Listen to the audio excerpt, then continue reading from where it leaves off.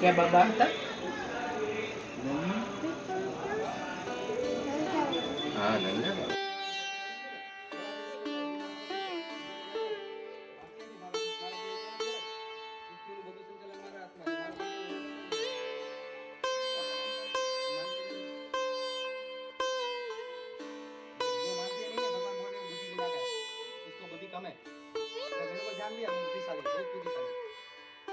તો આજ છે ભગવદ્ ગીતાનો શ્લોક છે 9.19.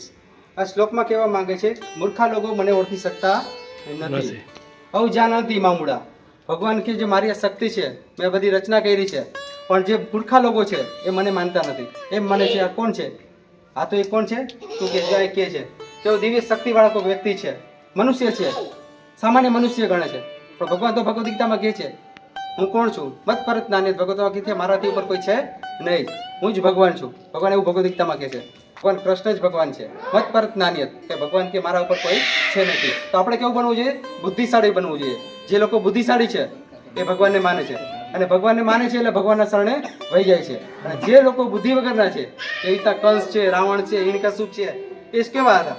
કે બુદ્ધિ હતી જ ને, પણ છતાં કેવા હતા કે ભગવાન વિષ્ણુના શરણે, કૃષ્ણના શરણે જવા તૈયાર નતા. તો એનો પછી શું થયું હતું? સાર થયો હતો. ભગવાન એનો સાર કરવો પડ્યો હતો. પણ આપણે બધા કેવા છીએ?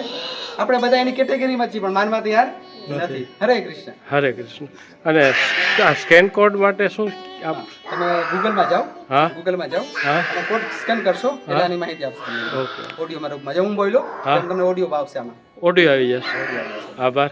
આ દવા ડોક્ટર પાસે જાય ને, ડોક્ટર પાસે દવા ઘણી બધી હોય, હા પણ આપણે શું થાય, આપણે બીમાર હોય ને હા એ ટાઈપની દવા આપણે આપે, હા બરાબર ને? અચ્છા, એટલે એટલે કે ફ્યુ થઈ ગયું છે કે કોરોના થઈ ગયો છે તો કોરોના માટે અલગ અલગ દવા એવી દવા આપે. હા હા એવી રીતે અમે જે અલગ અલગ છે ને ગોતીને દવા કાઢી છે. ખબર છે પૃથ્વીના જીવો કેવા છે, આટલા આટલા બીમાર છે, તો એવી દવા ગોતીને, એટલે કે શ્લોક ગોતીને અમે રાખ્યા છે. હા હા અને તમારા માટે કે જે આ શ્લોકમાં આમ કહે છે તો એ અમે તમને કહીએ છીએ. એમાં સામે રાખ્યા છે, તમારા સામે હા. ઓડિયો રૂપમાં રાખ્યા છે, વિઝિબલ રાખ્યા છે, ફોટો રૂપમાં રાખ્યા છે, અચ્છા. જેના હિસાબે તમે જાણી શકો કે બરાબર. આ શું શાસ્ત્રમાં તો આવું કીધેલું છે. હા હા અત્યારે તું તમારા સામે જ નથી એવું, હા હા એટલા માટે અમારે લોકોએ ગોતીને તમારા સામે આ બધું રજૂ કર્યું છે. બરાબર. હરે કૃષ્ણ. હરે કૃષ્ણ.